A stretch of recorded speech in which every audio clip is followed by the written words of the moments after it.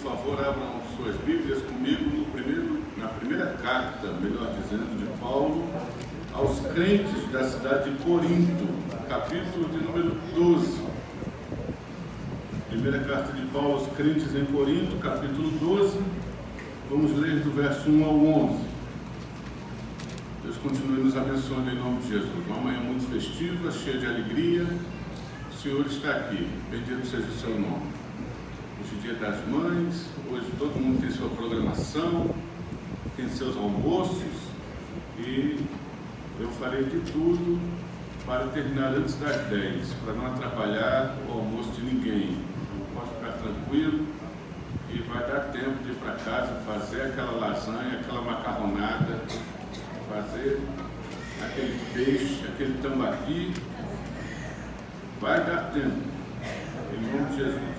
Quem tem suas mães, curte bastante sua mãezinha. Quem não tem, tem apenas ela na lembrança. Adore a Deus, glorifique ao Senhor também pelo legado que sua mamãe deixou aqui entre nós. Deus abençoe a todos. Assim diz o texto sagrado. Vamos lá, irmãos. A respeito dos dons espirituais, não quero, irmãos, que sejais ignorantes. Sabeis que outrora, quando eres gentios, deixáveis conduzir-vos aos ídolos mudos, segundo eres guiados. Por isso vos faço compreender que ninguém que fala pelo Espírito de Deus afirma anátema Jesus. Por outro lado, ninguém pode dizer Senhor Jesus, senão pelo Espírito Santo. Ora, os dons são diversos, mas o Espírito é o mesmo. E também há diversidade nos serviços, mas o Senhor é o mesmo. E há diversidade nas realizações, mas o mesmo Deus é quem opera tudo em todos. A manifestação do Espírito é concedida a cada um visando um fim proveitoso. Porque a um é dada, mediante o Espírito, a palavra da sabedoria, a outro, segundo o mesmo Espírito, a palavra do conhecimento, a outro, no mesmo Espírito, a fé, e a outro, no mesmo Espírito, dons de curar, a outro, operação de milagres, a outro, profecia, a outro, discernimento de espíritos, e a um, variedade de línguas, e a outro, capacidade para interpretá-las. Mas um só e o mesmo Espírito realiza todas essas coisas, distribuindo-as como lhe apraz a cada um individualmente. Amém. Irmãos, nós vamos ter a partir desse domingo uma série de mensagens a respeito dos dons espirituais. O tema da mensagem desse domingo é a pedagogia dos dons espirituais, ou o uso, a forma como esses dons espirituais eles são dados, se manifestam e eles são exercidos na igreja. Antes de entrar na carta propriamente dita, permitam-lhes lhes falar algo. Lá em São Paulo há uma rua chamada Conde de Sarzedas. Não sei se os irmãos conhecem, a maioria dos irmãos aqui deve conhecer. É chamada de a Rua dos Crentes, né? Então, você vai na Conde de Sarzedas, não é isso, Wesley?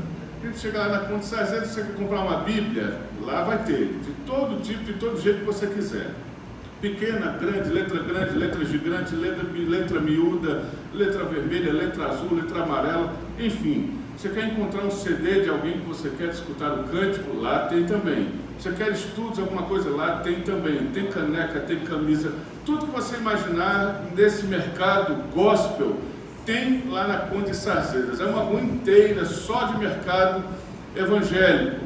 E lá na Conde de Sarzedas, também, se você for andando lá, é uma ladeira, você vai descendo e tem alguns cartazes na parede, alguma coisa assim, e em alguns desses cartazes tem assim uma foto de um homem ou uma mulher, assim, muito bem vestido, né? E aí eles colocam uma luz assim ao redor, faz uma coisa assim no Photoshop, fica uma coisa assim, né, no CorelDRAW, dá aquela coisa toda, e embaixo tem assim, pregador fulano de tal, curas, milagres, prodígios, maravilhas, libertação e tal, o homem que expulsa demônios, a mulher que profetiza o escondido, está nos cartazes lá, e tem lá o telefone do irmão, né, do irmão, está lá o telefone, né, para você entrar em contato, e se você quiser levar na sua igreja e ter um momento assim, né, então está lá o WhatsApp dele, você entra em contato com ele, acerta o cachê e leva esse camarada e faz o que se pretende.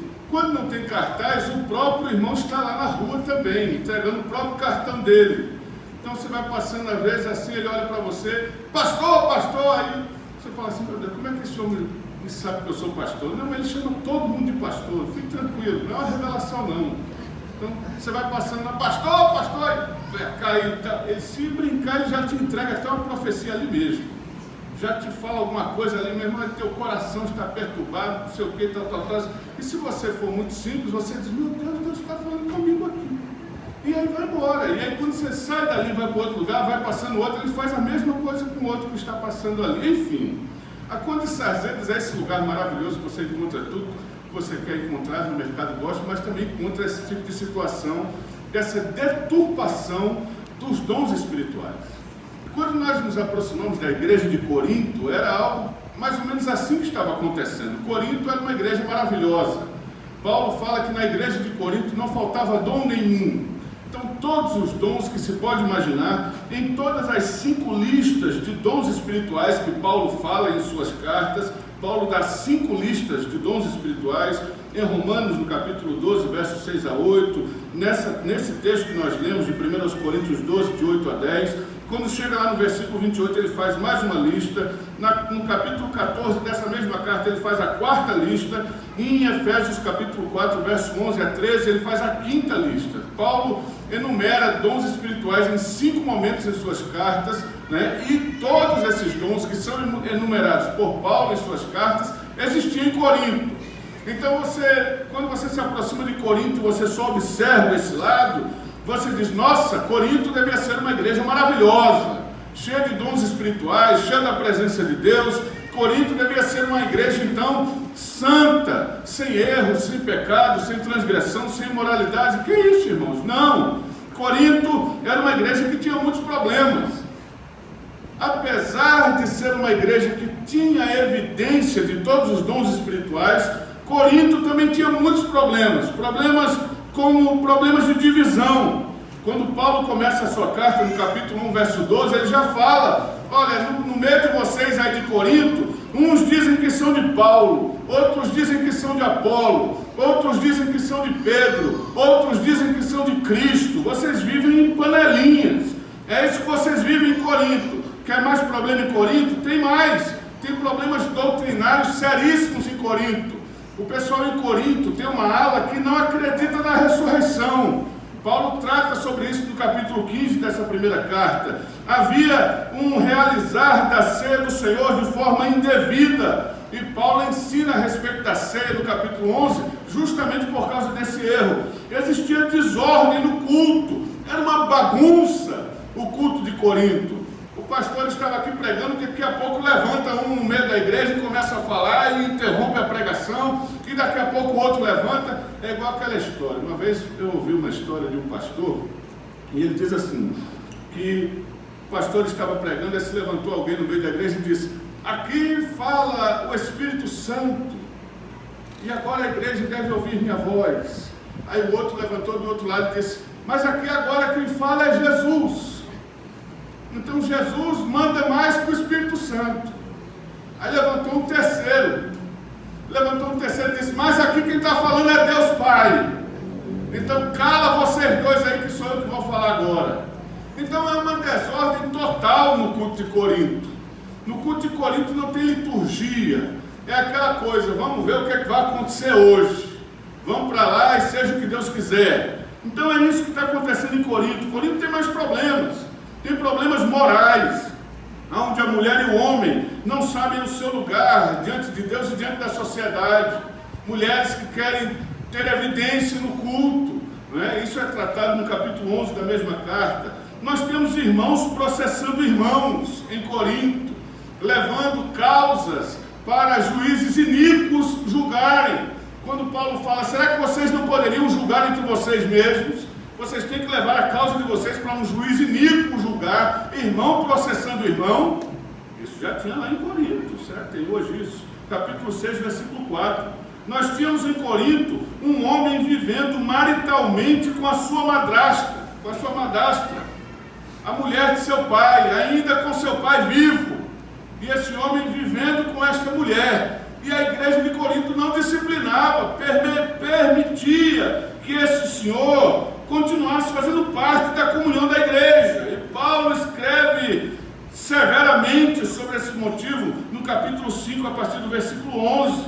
E ainda tinha a questão desses dons espirituais, que os coríntios eram tidos como irmãos ignorantes a respeito desse tema, porque eles não procuravam se inteirar a respeito desse assunto. Então Corinto era essa coisa, ela tinha evidências espirituais, dons se manifestando, dons em evidência, mas havia também uma carnalidade, crentes carnais, guiados por sua própria vontade, por sua própria volúpia. E isso já nos ensina, já de antemão, que a presença de dons espirituais não reflete santidade. Não é porque nós temos dons espirituais se manifestando em nosso meio, cura, profecia, línguas e etc., que isso quer dizer que a igreja seja uma igreja santa. Não, dons não quer dizer nada com relação à santidade. Os dons podem sim se manifestar e ter a sua evidência em uma igreja cheia de problemas, como era a igreja de Corinto. Então a grande pergunta de Paulo na igreja de Corinto é: o que é mais importante? São os dons ou é a nossa vida em santidade? O que é mais importante? Ter a evidência dos dons, ter a profusão dos dons, ou ter uma vida consagrada a Deus, uma vida em piedade, uma vida separada do pecado, uma vida separada da transgressão?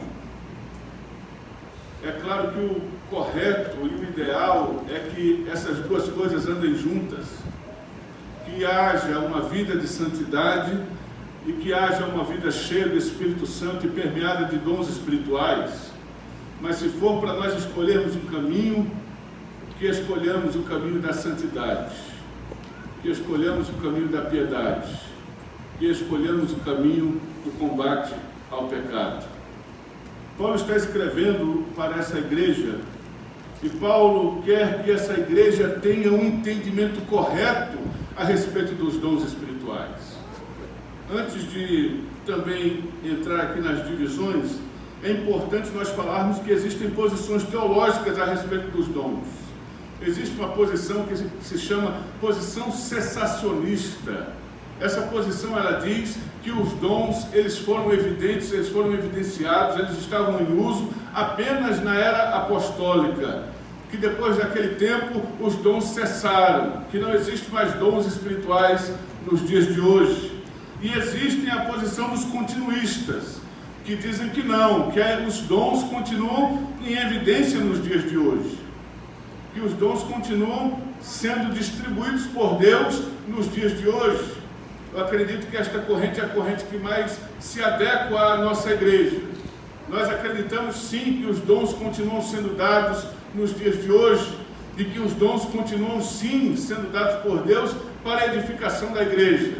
Nós não cremos em inserção na Bíblia, ou que algo possa ser colocado junto da Bíblia, ou que o cânon da Bíblia ainda esteja aberto. Não é isso que nós cremos quando nós falamos que somos continuistas. Quando nós falamos que somos continuistas, nós sabemos que o cânon está fechado, e que nenhum jota ou um tio será acrescido daquilo que já está escrito, e que nenhuma profecia que seja dada hoje, ela tem o mesmo peso ou o mesmo valor da Escritura. E que a voz da irmã Francisquinha, desculpa, não é nada com relação às Franciscas, tá? Eu vou mudar a Francisca, vou colocar outro nome.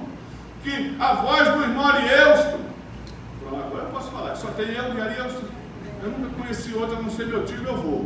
É nós três. Você quer achar eu no Facebook, põe lá Arielsto, só aparece eu. O que aparecer lá pode adicionar, no Instagram ou em qualquer lugar. Então, a voz do Arielsto, ela não tem o mesmo peso da Escritura.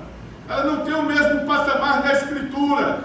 Não, mas o pastor Arielsto falou para eu fazer isso. Não, mas você não pode fazer se não está de acordo com o que está escrito.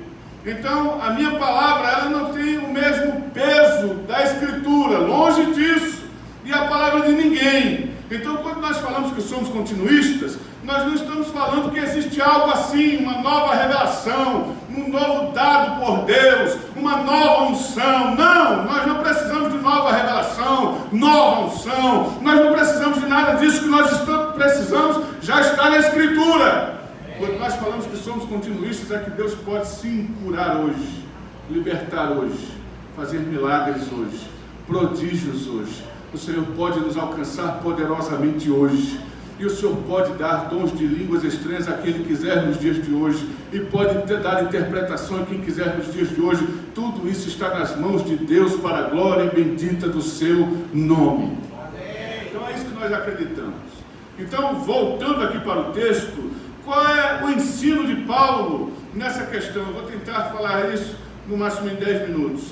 O primeiro ensino de Paulo é que os dons que são dados por Deus, eles vêm do próprio Deus.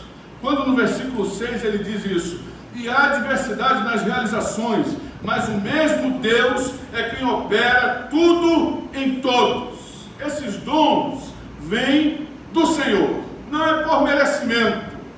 Deus não dá esse dom por merecimento, por recompensa, por galardão. Esse dom é dado por Deus por graça. A própria palavra dom vem do grego carismata, que realmente é esse dom imerecido, é esse favor sem merecimento. É Deus quem nos dá, é Deus quem concede.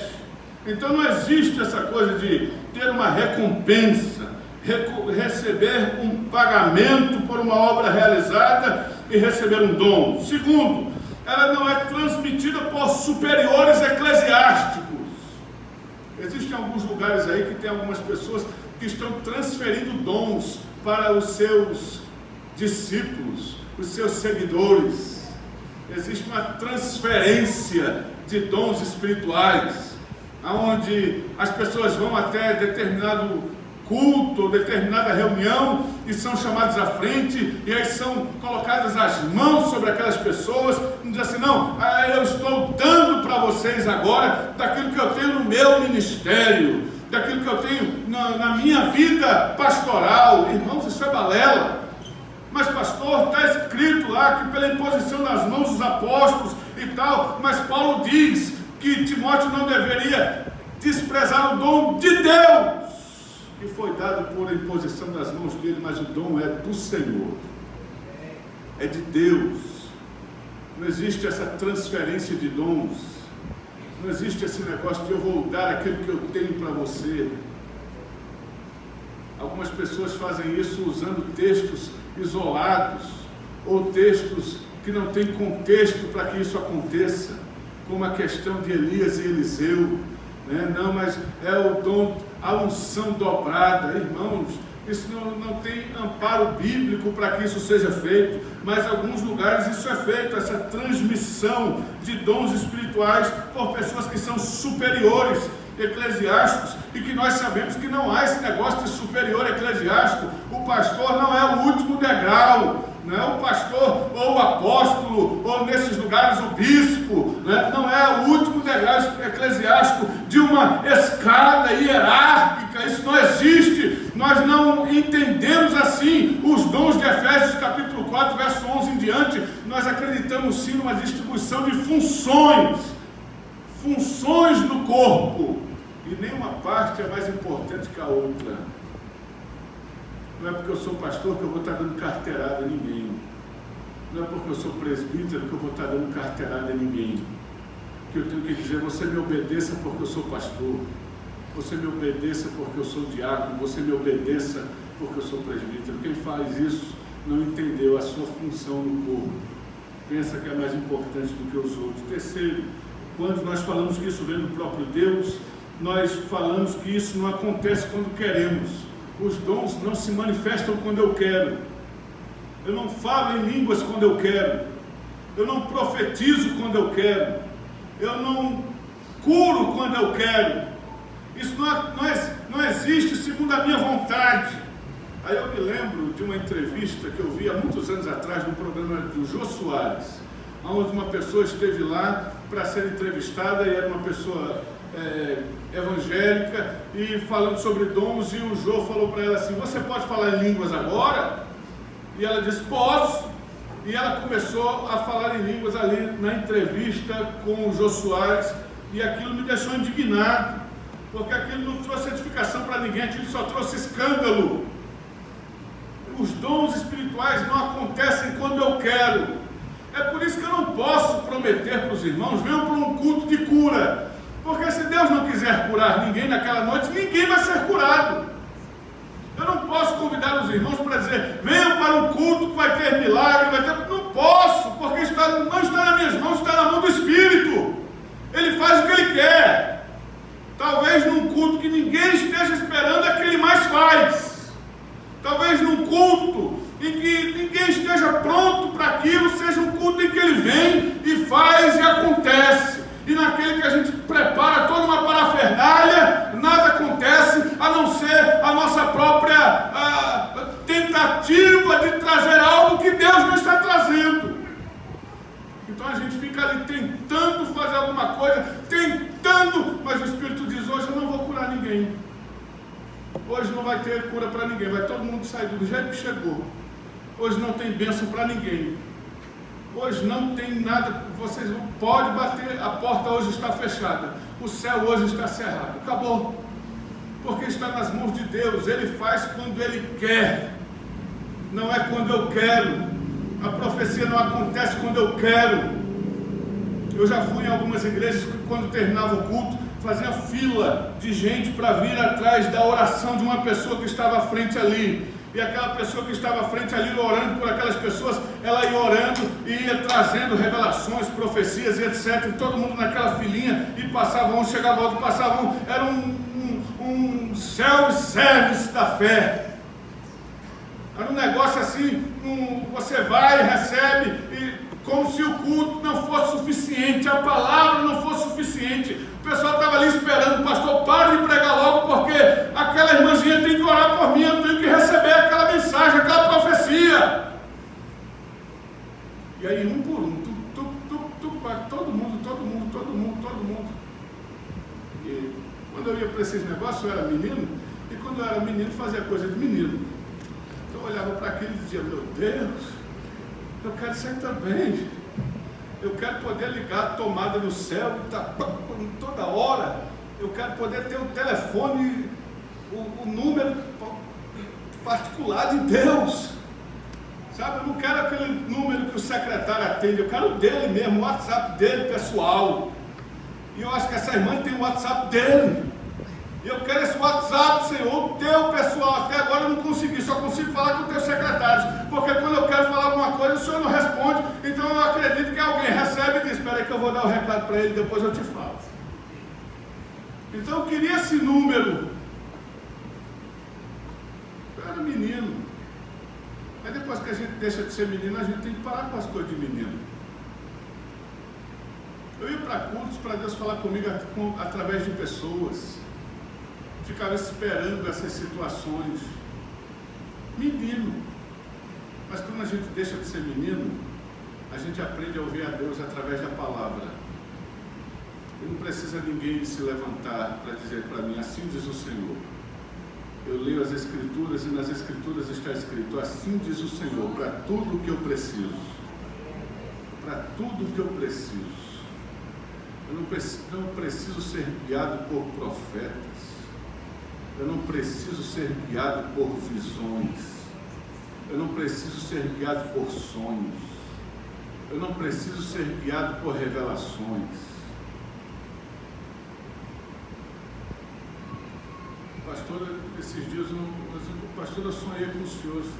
Sonhou. Eu estava bem? Não, o senhor estava mal. Eu falei, estava mal. O senhor estava mal.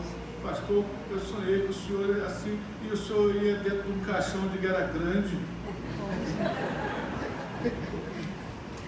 Quantas pessoas ia carregando? Não lembro, não. O senhor está brincando? Eu digo, não estou brincando, não. Irmão, você está dizendo alguma coisa que eu já sei, que eu vou morrer. Um dia eu vou morrer. Eu sei que eu vou morrer, eu não nasci para semente. Não, mas eu sonhei com o senhor e o senhor estava desse jeitinho. Então hoje eu digo, louvado seja Deus, que eu com 90 anos vou parecer a mesma coisa que eu estou hoje. Que coisa boa. Mas se eu for dizer isso para algumas pessoas, a pessoa já sai dali dizendo, meu Deus, eu vou morrer. Meu Deus. Não, meu irmão. Eu estou firmado na Escritura, não foi isso que nós cantamos agora? A minha fé e o meu amor estão firmados no Senhor. Estão firmados no Senhor. Fernando, a gente pode cantar aquele hino? Pode vir para cá já, que eu já vou terminar. Falou que ia terminar antes das 10, eu vou terminar. Tem muita coisa que ainda para dizer, mas eu vou terminar antes das 10. Segundo, primeiro, os dons são dados por Deus. Segundo, os dons têm o seu propósito no serviço de edificação do corpo. Verso 7. A manifestação do Espírito é concedida a cada um visando a um fim proveitoso. Ou seja, o dom não é para entrar no seu currículo. Não é para ninguém colocar lá, profeta de Deus, Arielston Gomes, profeta. Arielston Gomes, pregador, Arielston Gomes. Não entra no seu currículo, meu filho, porque não é seu, é de Deus. Não entra no seu currículo. Não é para seu engrandecimento particular. E não é para chamar atenção para si. Os dons são dados para a edificação do corpo, é para o serviço. Todos os dons, exceto o dom de línguas, que é um dom de edificação particular, que você fala com Deus para a sua edificação. É por isso que nós não temos manifestação de dons de línguas em nosso meio, sem interpretação. Se alguém for falar em línguas aqui, que haja alguém para interpretar. Pode ficar à vontade. Mas falar em língua apenas, sem interpretação, é edificação sua apenas e não da igreja. Então fale você e Deus. Fale você e Deus. Mas não é para chamar atenção para si, porque apenas o de línguas é edificação particular. Os demais são para serviço da igreja. Todos os outros é para serviço do próximo. E em terceiro e último lugar, que eu quero terminar, os dons são dados por Deus. Os dons têm seu propósito no serviço ao próximo. E os dons são dados a cada um de acordo com a vontade de Deus em sua diversidade. Verso 11. Mas um só e o mesmo Espírito realiza todas as coisas, distribuindo-as como lhe apraz, a cada um individualmente. Então Deus dá a cada um o que Ele quer. Se Deus quer me dar um dom, Ele vai me dar um dom. Se Ele quer me dar todos os dons, Ele vai me dar todos os dons. Está na mão de Deus. E Ele sabe a quem dá o quê. É como diz aquele ditado famoso: Deus não dá asa à cobra. Deus sabe a quem Ele dá os seus dons. Deus sabe a quem Ele dá os seus dons. E termino aqui. Pastor, foi só a introdução, irmãos. Semana que vem vai ter mais. E aí vai entrar mais fundo, fique tranquilo. Pastor, e qual é a minha posição então diante desses dons? É estar diante de Deus dizendo: Senhor, me use. Me use para a tua glória, Senhor. Porque todos nós aqui temos dons de Deus. Todos. Todos nós temos dons de Deus. Não há um crente aqui que não tenha um dom sequer. Todos nós temos algo de Deus. Temos um dom de Deus. Todos. Nós precisamos estar diante de Deus dizendo: Senhor, me use para a tua glória, nesse dom que o Senhor me concedeu. Nós podemos adorar ao Senhor. Você mesmo sentado, você pode curvar sua cabeça e falar com Deus nesse cântico e dizer: Senhor, me use para a tua glória. Sonda-me, Senhor, e me conhece. Quebranta meu coração. Transforma-me conforme a tua palavra e enche-me até que em mim se ache só a ti. Então usa-me, Senhor, usa-me como